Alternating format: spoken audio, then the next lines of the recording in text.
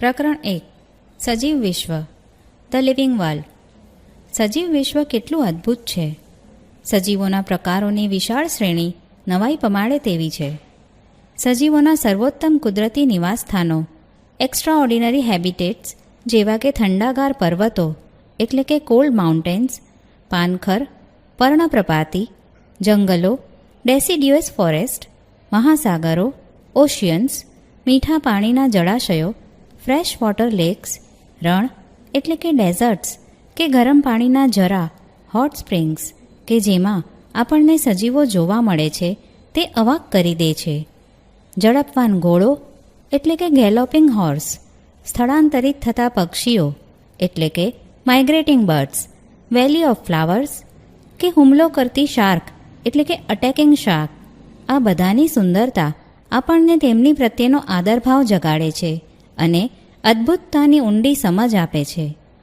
વસ્તીના સભ્યો વચ્ચેનો અને સમુદાયની વસ્તી વચ્ચેનો પરિસ્થિતિકીય સંઘર્ષ કે સહકાર એટલે કે ઇકોલોજીકલ કોન્ફ્લિક્ટ એન્ડ કોઓપરેશન તથા તેવી જ રીતે કોષની અંદર રહેલી આણ્વીય ભરચકતા એટલે કે મોલેક્યુલર ટ્રાફિક પણ આપણને વિચારતા કરી મૂકે છે કે વાસ્તવમાં જીવન શું છે.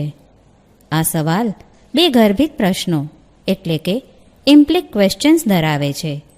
પ્રથમ પ્રશ્ન પ્રાદ્યોગિક એટલે કે ટેકનિકલ, તકનીકી છે કે જે નિર્જીવની વિરુદ્ધમાં સજીવ શું છે તેનો જવાબ માંગે છે, અને બીજો પ્રશ્ન તત્વજ્ઞાન એટલે કે ફિલોસોફિકલને લગતો છે.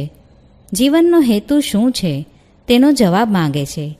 વૈજ્ઞાનિક તરીકે બીજા પ્રશ્નનો જવાબ શોધવા આપણે પ્રયાસ નહીં કરીએ. ચાલો આપણે સજીવ શું છે તેના પર પ્રકાશ પાડવા પ્રયત્ન કરીશું. સજીવ શું છે? What is living? જ્યારે સજીવને સંપૂર્ણ રીતે વ્યાખ્યાયિત કરવાનો પ્રયત્ન કરીએ ત્યારે આપણે સજીવો દ્વારા પ્રદર્શિત થતા વિશિષ્ટ લક્ષણો પરંપરાગત રીતે જોવા પડે. વૃદ્ધિ, પ્રજનન, પર્યાવરણ પ્રત્યેની સભાનતા અને ચોક્કસ પ્રતિક્રિયા સજીવોના અજોડ લક્ષણો એટલે કે યુનિક ફીચર્સ તરીકેની ત્વરિત યાદ અપાવે છે. તેમાં આપણે ચયાપચય એટલે કે મેટાબોલિઝમ, સ્વયંજનન પામવાની ક્ષમતા એટલે કે એબિલિટી ટુ સેલ્ફ રેપ્લિકેટ, સ્વ આયોજન એટલે કે સેલ્ફ ઓર્ગેનાઇઝ, પરસ્પર આકર્ષણ અને એકબીજા પર પ્રભાવ એટલે કે interact and emergence to each other જેવા થોડાક વધુ લક્ષણોનો આ યાદીમાં ઉમેરો કરી શકીએ. ચાલો આપણે આમાંના દરેકને સમજવા પ્રયત્ન કરીએ. બધા જ સજીવો વૃદ્ધિ પામે છે. કદ અને સંખ્યામાં થતો વધારો એ બે વૃદ્ધિના પૂરક લક્ષણો છે. બહુકોષીય સજીવો કોષ વિભાજનથી વૃદ્ધિ પામે છે. વનસ્પતિઓમાં વૃદ્ધિ કોષ વિભાજન દ્વારા જીવન પર્યંત થતી રહે છે, જ્યારે પ્રાણીઓમાં ફક્ત ચોક્કસ ઉંમર સુધી જ જોવા મળે છે. નાશ પામેલા કોષોની જગ્યાએ કેટલીક પેશીઓમાં કોષ વિભાજન થાય છે. એક કોષીય સજીવો પણ કોષ વિભાજનથી વૃદ્ધિ પામે છે. માઇક્રોસ્કોપમાં કોષોની સંખ્યાની સરળ ગણતરી દ્વારા ઇન વિટ્રો સંવર્ધન માધ્યમમાં આપણે સહેલાઈથી તેનું અવલોકન કરી શકીએ. ઉચ્ચ કક્ષાના પ્રાણીઓ અને વનસ્પતિઓમાં મહદ અંશે વૃદ્ધિ અને પ્રજનન પરસ્પર નિવારક ઘટનાઓ એટલે કે મ્યુચ્યુઅલ એક્સક્લુઝિવ ઇવેન્ટ્સ છે. એ યાદ રાખવું રહ્યું કે શરીરના કદમાં થતો વધારો વૃદ્ધિ તરીકે ગણવામાં આવે છે. જો શરીરના કદમાં થતા વધારાને વૃદ્ધિ માટેના માપદંડ તરીકે લઈએ તો નિર્જીવ એટલે કે નોન લિવિંગ વસ્તુઓ પણ તેની વ્યાખ્યામાં આવે. પર્વતો એટલે કે માઉન્ટેન્સ તથા શિલાખંડો એટલે કે બોલ્ડર્સ અને રેતીના ઢગલાઓ એટલે કે સેન્ડ મોન્ડ્સ એ પણ તેની વ્યાખ્યામાં મૂકવા પડે. અલબત્ત નિર્જીવ પદાર્થોમાં તેમની સપાટી પર થતા દ્રવ્યોના સંચય દ્વારા આ પ્રકારની વૃદ્ધિ થાય છે. સજીવોમાં દેહની અંદર તરફથી વૃદ્ધિ થાય છે. આથી વૃદ્ધિને સજીવોના પરિપૂર્ણ ગુણધર્મ તરીકે લઈ શકીએ નહીં. આમ કેટલીક શરતોને આધીન બધા જ સજીવોમાં જોવા મળી શકે તેવા લક્ષણોની સમજૂતી આપ્યા પછી જ આપણે સમજી શકીએ કે વૃદ્ધિ સજીવ તંત્રોનું લક્ષણ છે. મૃત સજીવો વૃદ્ધિ પામતા નથી. પ્રજનન પણ સજીવોની એક લાક્ષણિકતા છે.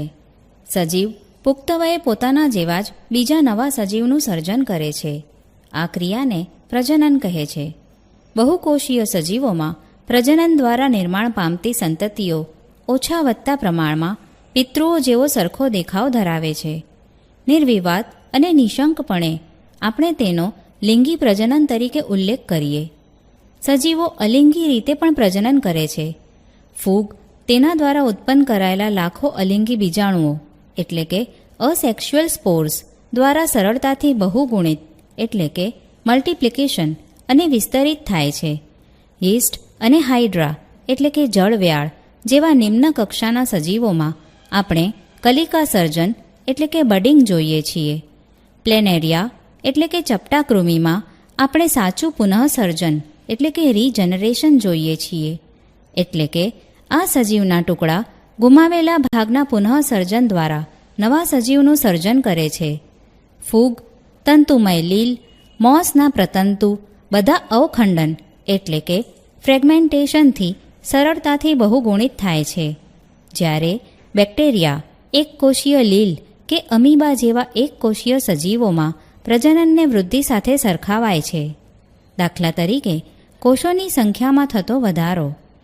આપણે કોષોના કદ કે સંખ્યામાં થતા વધારાની તુલના દ્વારા વૃદ્ધિને વ્યાખ્યાયિત કરી ચૂક્યા છીએ. આથી એક કોષીય સજીવોમાં આપણે નોંધ્યું કે વૃદ્ધિ અને પ્રજનન આ બે શબ્દોની ઉપયોગિતા વિશે આપણે વધુ સ્પષ્ટ નથી. ખચ્ચર એટલે કે મ્યુલ, વંધ્ય કામદાર માખી એટલે કે સ્ટરાઇલ વર્કર બીઝ, વંધ્ય હોય એવું માનવ યુગલ એટલે કે ઇનફર્ટાઇલ હ્યુમન કપલ વગેરે જેવા ઘણા સજીવો પ્રજનન કરતા નથી. આમ પ્રજનનનો પણ દરેક સજીવોના સંપૂર્ણ લક્ષણ તરીકે સમાવેશ કરી શકતા નથી. અલબત્ત નિર્જીવ પદાર્થો આપમેળે પ્રજનન કે સ્વયંજનન પામવાની ક્ષમતા ધરાવતા નથી. સજીવની બીજી લાક્ષણિકતા ચયાપચય છે. બધા સજીવો રસાયણોના બનેલા છે. નાના કે મોટા વિવિધ વર્ગોમાં સમાવેશિત કદ, કાર્યો વગેરે સંબંધિત આ રસાયણો સતત બનાવવામાં આવે છે અને બીજા જૈવિક અણુઓમાં પરિવર્તિત પણ થાય છે. આ પ્રકારનું પરિવર્તન એ રાસાયણિક કે ચયાપચયિક પ્રતિક્રિયાઓ એટલે કે મેટાબોલિક રિએક્શન છે. એક કોષીય કે બહુકોષીય બધા જ સજીવોમાં હજારો ચયાપચયિક ક્રિયાઓ એકસાથે થતી હોય છે. બધી જ વનસ્પતિઓ, પ્રાણીઓ, ફૂગ અને સૂક્ષ્મ જીવાણુઓ ચયાપચયિક ક્રિયાઓ દર્શાવે છે. ચયાપચય એ આપણા શરીરમાં થતી બધી જ રાસાયણિક ક્રિયાઓનો સરવાળો છે. નિર્જીવ પદાર્થો ચયાપચય દર્શાવી શકતા નથી. કોષમુક્ત તંત્રો એટલે કે સેલ ફ્રી સિસ્ટમમાં દેહની બહારની બાજુએ આપણે ચયાપચયિક ક્રિયાઓનું નિરીક્ષણ કરી શકીએ છીએ. શરીર એટલે કે દેહની બહાર ટેસ્ટ ટ્યુબમાં અલગ રીતે થતી એકલી ચયાપચયિક ક્રિયાઓ જીવંત કે નિર્જીવ નથી. જેથી કોઈપણ અપવાદ વગર ચયાપચયને દરેક સજીવોના સંપૂર્ણ લક્ષણ તરીકે સ્વીકારીએ તો ઇન વિટ્રો એટલે કે શરીરની બહાર થતી એકલી ચયાપચયિક ક્રિયાઓ જીવંત વસ્તુ નહીં પણ ચોક્કસ રીતે તે જૈવિક ક્રિયાઓ છે. આથી દેહનું કોષીય આયોજન એટલે કે બોડી ઓર્ગેનાઇઝેશન એ જૈવ સ્વરૂપોનું ચોક્કસ લક્ષણ છે. કદાચ તેમની આસપાસની પરિસ્થિતિ કે પર્યાવરણ પ્રત્યેની અનુભૂતિના આવિષ્કારની ક્ષમતા એટલે કે ability to sense there surroundings અને પર્યાવરણીય ઉત્તેજનાઓ સામે પ્રતિક્રિયા એટલે કે રિસ્પોન્ડ ટુ એન્વાયરોન્મેન્ટલ સ્ટિમ્યુલી એ દરેક સજીવોનું સ્પષ્ટ, દેખીતું અને તાંત્રિક રીતે જટિલ એટલે કે ટેકનિકલી કોમ્પ્લિકેટેડ લક્ષણ છે. આ અનુભૂતિ કે પ્રતિક્રિયા ભૌતિક, રાસાયણિક કે જૈવિક હોઈ શકે છે. સંવેદન અંગો દ્વારા આપણને પર્યાવરણની અનુભૂતિ થાય છે. વનસ્પતિઓ હોય કે પ્રાણીઓ બંને પ્રકાશ, પાણી, તાપમાન, અન્ય સજીવો, પ્રદૂષકો વગેરે જેવા બાહ્ય પરિબળો સામે પ્રતિક્રિયા આપે છે. આદિ કોષ કેન્દ્રીય એટલે કે પ્રોકેરિયોટ્સથી લઈ ખૂબ જ જટિલ સુકોષ કેન્દ્રીય એટલે કે યુકેરિયોટ્સ બધા જ સજીવો પર્યાવરણના ઇશારા પ્રત્યે અનુભૂતિ અને પ્રતિક્રિયા દર્શાવતા હોય છે. ઋતુ સંવર્ધિત એટલે કે સિઝનલ બ્રીડર્સ વનસ્પતિઓ અને પ્રાણીઓ બંને પ્રકારના સજીવોમાં પ્રજનન પર પ્રકાશ અવધિની અસર થાય છે. દરેક સજીવો તેમના શરીરમાં રસાયણોના પ્રવેશનું સંચાલન કરે છે. આમ દરેક સજીવો તેમની આસપાસના પર્યાવરણથી જાગૃત એટલે કે અવેર જ હોય છે. માનવી માત્ર એક જ સજીવ છે કે જે આપમેળે જાગૃત રહે છે. દાખલા તરીકે સ્વયં સભાનતા એટલે કે સેલ્ફ કોન્શિયસનેસ. આથી સભાનતા એ દરેક સજીવોનો સંપૂર્ણ ગુણધર્મ બને છે. જ્યારે મનુષ્યની વાત આવે ત્યારે જીવંત અવસ્થાને વ્યાખ્યાયિત કરવી મુશ્કેલ છે. હૃદય અને ફેફસાને બદલે માત્ર મશીનને આધારે દવાખાનામાં મૂર્છામાં પડી રહેલા દર્દીઓને આપણે જોઈએ છીએ. બીજી રીતે કહીએ તો દર્દીનું મગજ અચેતન એટલે કે બ્રેઇન ડેડ છે. દર્દી સ્વયં સભાનતા કે સ્વયં ચેતના ધરાવતું નથી. આવા દર્દીઓ કે જે ક્યારેય સામાન્ય જીવનમાં પાછા આવતા નથી તો તેમને સજીવ ગણવા કે નિર્જીવ? તમે જાણતા હશો કે ઉચ્ચ વર્ગોના સજીવોમાં જીવનની વિલક્ષણ ઘટનાઓ તેમના દેહની આંતરક્રિયાઓને લીધે શક્ય બને છે.